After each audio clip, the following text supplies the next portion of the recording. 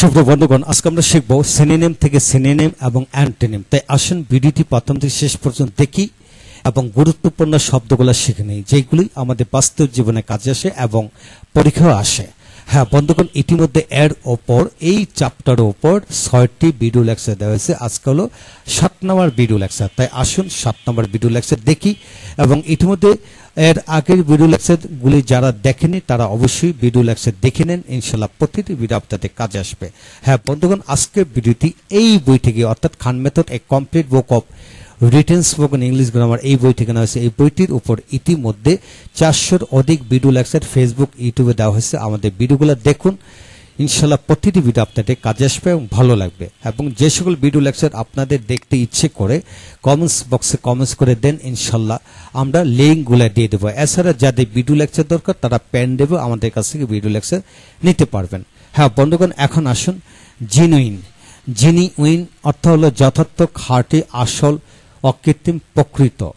এর বিপরীত হলো খাঁটি মানে যথার্থ, এর বিপরীত হলো মিথ্যা। মিথ্যা মানে ফলস, অ্যাফেক্টেড এইভাবে। আর জেনুইনের সমার্থক শব্দ হলো real, true, pure, sincere,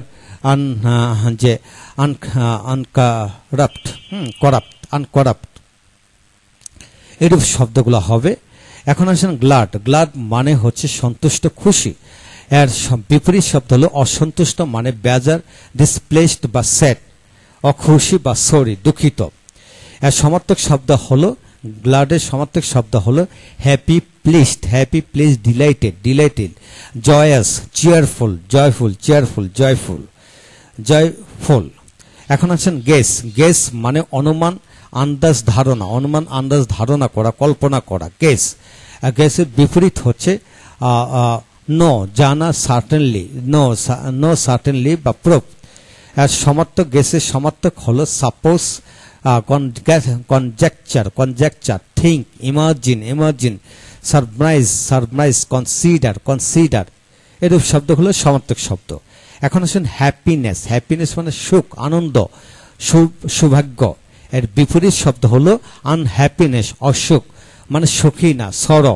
sadness, misfortune. হ্যাঁ বন্ধুগণ, হ্যাপিনেসের সমার্থক হলো জয়, কন্টেনমেন্ট, প্লেজার, স্যাটিসফ্যাকশন। এখন আসুন হ্যাজিটেট, ইতস্ত করা, দ্বিধা করা। হ্যাজিটেট মানে ইতস্ত করা, দ্বিধা করা। বিপরীত শব্দ হলো ডিসাইড, সিদ্ধান্ত নেওয়া। এখন আসেন হ্যাজিটেশন, সংশয়, দ্বিধা। বিপরীত শব্দ হলো ডিসিশন, সিদ্ধান্ত। আর সমার্থক শব্দ হলো ডাউট, ইনডিসিশন।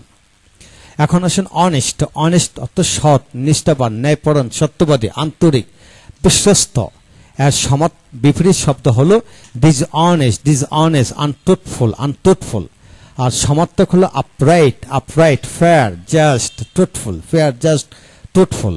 এখন আসেন অনেস্টি মানে সততা, সাধুতা, বিশ্বস্ততা, সত্যবাদিতা, ন্যায়পরায়ণতা।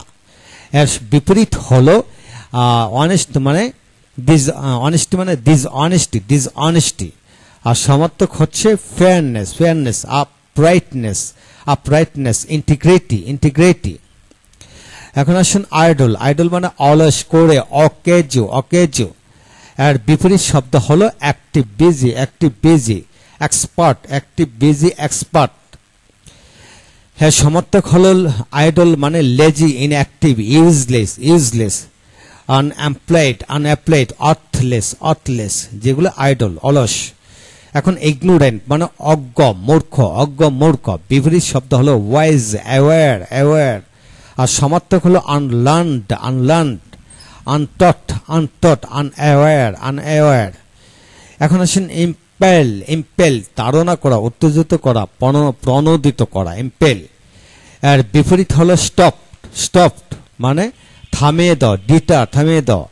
আর সমার্থক হলো urge, induce, drive, incite, force, actuate. তা এখন আসেন ইম্পর্টেন্স, গুরুত্ব, প্রয়োজন। এখন বিপরীত সমার্থক হলো significance, significance, value, value, significance, value, consequence, consequence. আর বিপরীত শব্দ হলো insignificance, insignificance, unvalue. সরি বলেছে যে insignificance. হ্যাঁ বন্ধুগণ, আজকের এই আলোচনা থেকে গুরুত্বপূর্ণ শব্দগুলো আমরা আলোচনা করলাম। এই শব্দগুলো আপনারা ভিডিওটি বারবার দেখুন এবং শিখুন। আমাদের আগের ভিডিওগুলো দেখুন, ইনশাল্লাহ যে ভিডিওগুলো আপনারা খুঁজে পান না তারা লিখে দেন, আমরা লিংক দিয়ে দেব। আর এছাড়া ইংরেজি পর কোনো প্রকার জিজ্ঞাসা থাকলে আপনারা প্রশ্ন করতে পারেন। Thank you very much.